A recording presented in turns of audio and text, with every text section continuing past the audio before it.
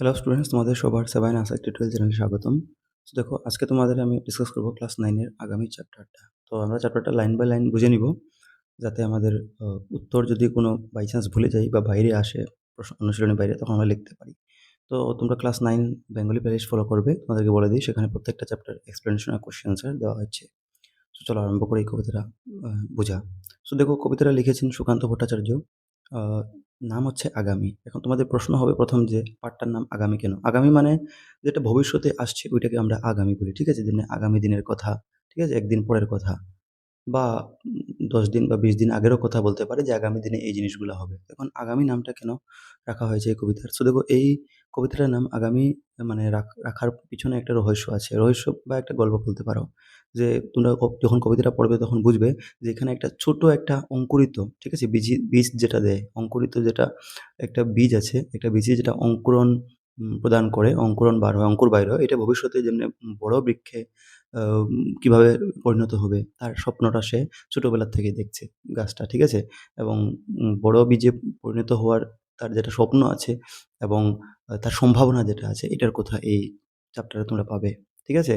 তো মানে অঙ্কুরিত যেটা ছোট গাছটা আছে, এটা দেখতে যদিও ছোট বা নগণ্য হয়, কিন্তু আগামী দিনে সে একটা বড় বিশাল একটা গাছ, বটবৃক্ষ হয়ে উঠবে। ঠিক আছে? এইটাই আমরা এই পাঠ পড়বো। আর যখন বিশাল বটবৃক্ষ হয়ে যাবে, তখন এই গাছটার থেকে মানুষ আ ছায়া পাবে। ঠিক আছে? এই গাছটা মানুষকে ফুল-ফলও দেবে। ঠিক আছে? ওইটাই। আর পাখিরাও থাকবে এই গাছে।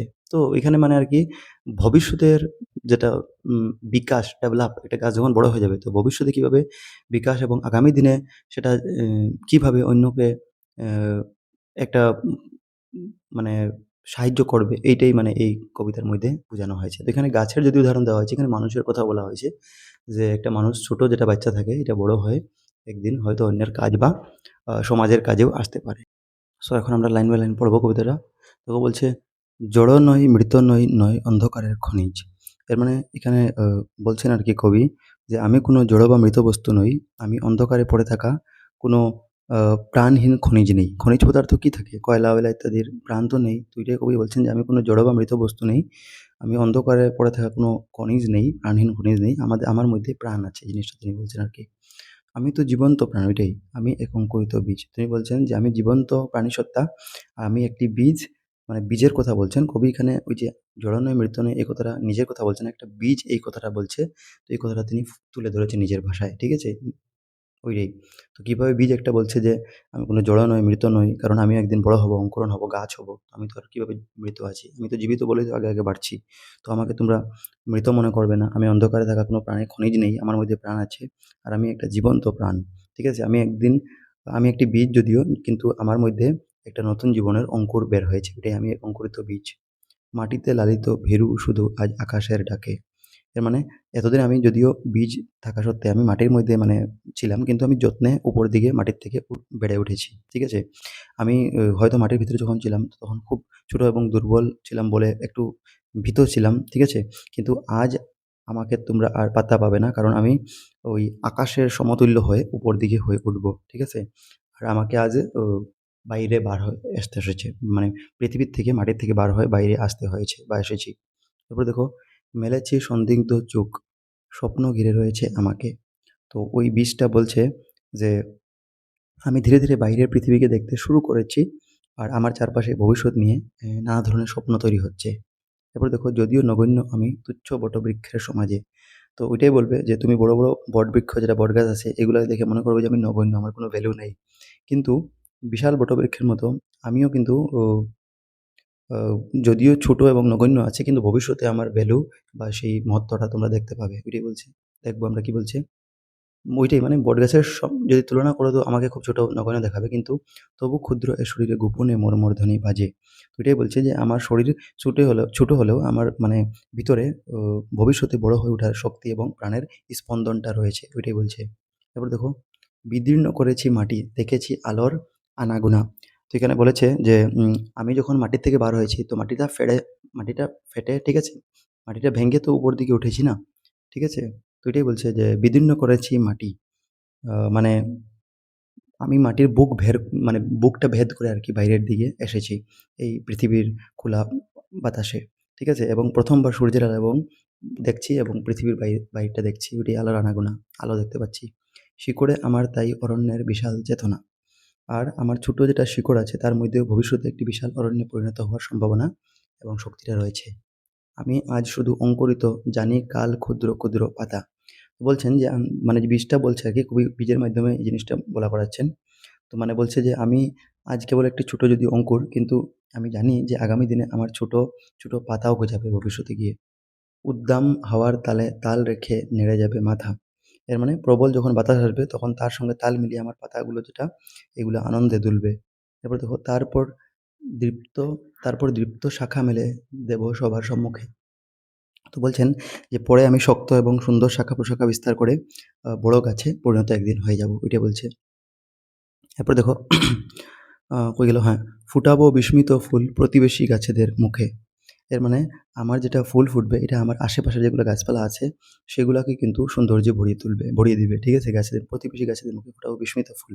ওইটাই আমার ফুলটা, যেটা আশেপাশের গাছপালা এবং যেটা প্রকৃতি আছে তাকে আনন্দ এবং সৌন্দর্যে ভরে তুলবে যখন ফুটবে। সঙ্গত কঠিন ঝড়ে দৃঢ়প্রাণ প্রত্যেক শিকড়।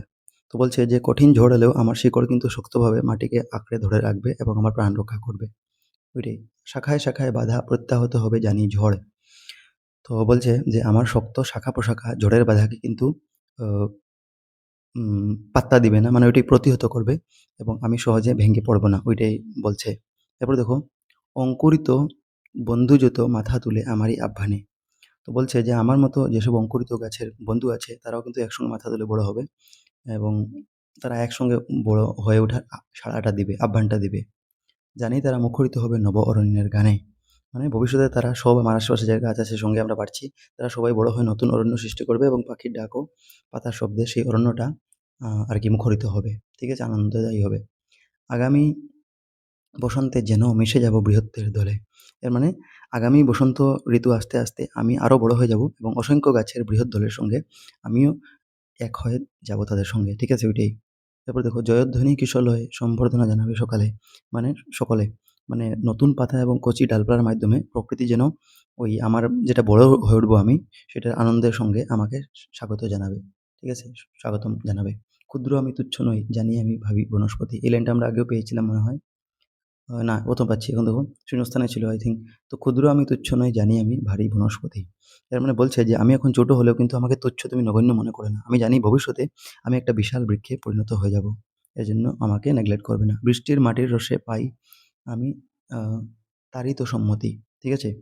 এর মানে এখানে বলছে যে বৃষ্টি ও মাটির পুষ্টি আমাকে আ বড় করে তুলবে। কারণ বৃষ্টি দিবে, মাটি দিবে, তো আমার জড়টা, শিকড়টা সার পাবে। ঠিক আছে? নিউট্রিশন পাবে। তো আমি বড় হয়ে উঠবো এবং প্রকৃতি যেন আমার বেড়ে ওঠাকে অনুমোদন জানাচ্ছে। তারই তো সম্মতি এটাই। প্রকৃতি মানে খুশি হচ্ছে, প্রকৃতিও খুশি হচ্ছে যে আমি বেড়ে উঠছি। এর জন্য বৃষ্টি দিচ্ছে, মাটির রসটা আমি পাচ্ছি। সেদিন ছায়া এসো, হানো যদি কঠিন কুঠারে। এর মানে বলছে ভবিষ্যতে যখন আমি বড় গাছ হয়ে ছায়া দেব, তখন তোমরা আমার ছায়ায় আসবে। মানুষজনকে বলছে আরকি। এমনি আমাকে কুঠার দিয়ে আঘাত করলেও যদি তুমি আঘাত করো তখনও, তারপরে দেখো, তবুও তোমায় আমি হাতছানি দেব বারবারে। এর মানে বড় হয়ে গেলে তুমি কুঠার দিয়ে আমাকে আঘাত করবে, তবুও কিন্তু আমি তোমাদের প্রতি রাগ বা বিদ্বেষ পোষণ করব না এবং বারবার আমার ছায়া আসার জন্য তোমাদের আমি আহ্বান যাব না। এরপরে দেখো, আহ্বান জানাবো মানে তোমাকে ডাকবো। এরপরে দেখো, ফল দেব, ফুল দেব, দেব আমি পাখিরও কুজন। তো বলছে আমি তোমাদের ফল ও ফুলও দেব এবং আমার ডালে পাখিরাও বাসা বাঁধবে এবং মিষ্টি গান গাবে। একই মাটিতে পুষ্ট তোমাদের আপনার জন। মানে কারণ ও আমি তোমাদেরই আপনজন, ঠিক আছে? একই মাটি থেকে পুষ্ট হয়ে আমিও বেড়েছি, তোমরাও বেড়ে উঠেছো মাটির থেকেই। কারণ ছোট বাচ্চারা তো মাটিতে খেলাধুলা করে বেড়ে ওঠে ওইটাই। এবং মানুষের উপকার করাই আমার স্বভাব। এটাই বলছে আপনার জন। তো দেখো, খুব সুন্দর কবিতাটা আছে। খুব ভালো একটা মেসেজ দিচ্ছে কবিতা। নিশ্চয়ই তোমরা বুঝতে পারছো যে কবি এখানে একটা বীজের কথা বলেছেন। তার মাধ্যমে একটা মেসেজ দিচ্ছেন যে ছোট বীজটা বড় হয়ে কতটা উপকার করতে পারে, মানুষের কাজে আসতে পারে। সো এর সঙ্গে পাঠটা শেষ হলো। তোমরা কবি পরিচয় একটু পড়ে নিতে পারো। বাকি নেক্সট ভিডিওতে আমি কোয়েশ্চেন আনসার নিয়ে আসবো। Thank you for watching.